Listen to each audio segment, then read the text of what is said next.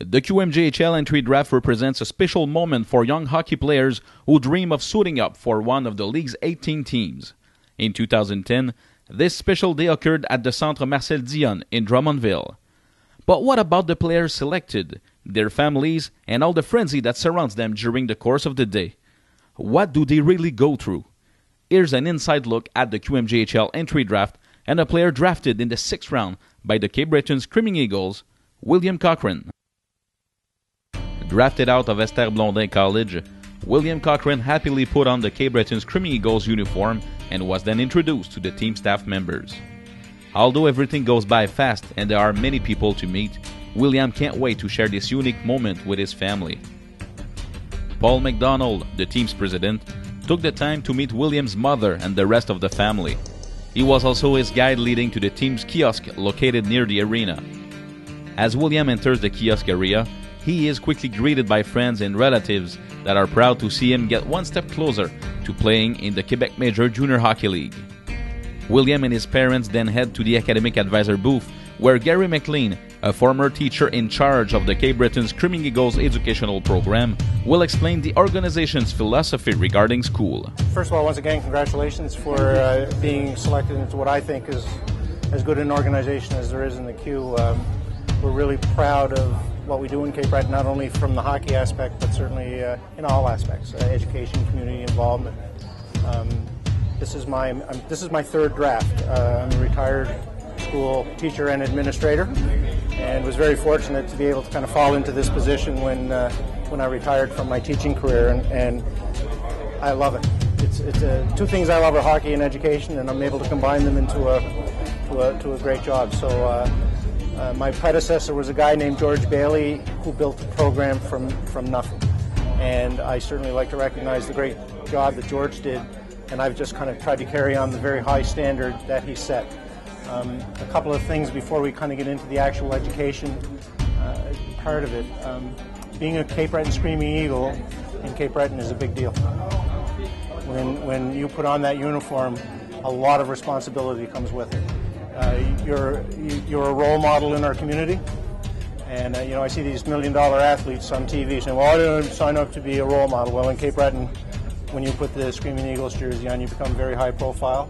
I know that from having taught elementary school. We do a lot of school visits in our program. All the players have an opportunity to go out and speak to the kids, and having experienced it as a teacher when the Screaming Eagles came into our school, it was the biggest deal. William was pleased to hear what the team's priorities were.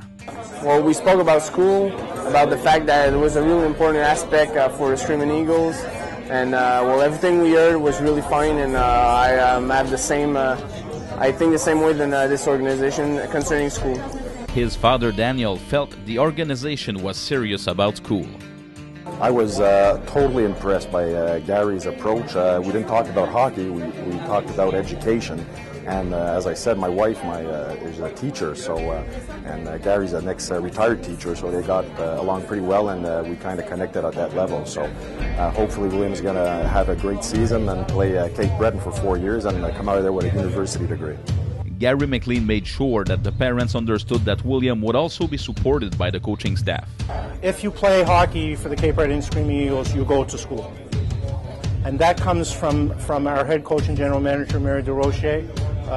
Mario is a hands-on coach and general manager concerning education. When I asked him when I started the job, like which assistant coach would look after the education side of it, because that's maybe what's usually done, he said, me directly. He said, I want to know everything that's going on in school, good and bad, and that makes my job 100% easier.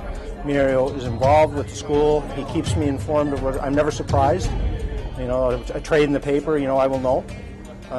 He comes to the school where our French players, our CEGEP players attend. So he's very supportive, but that comes right through the whole organization.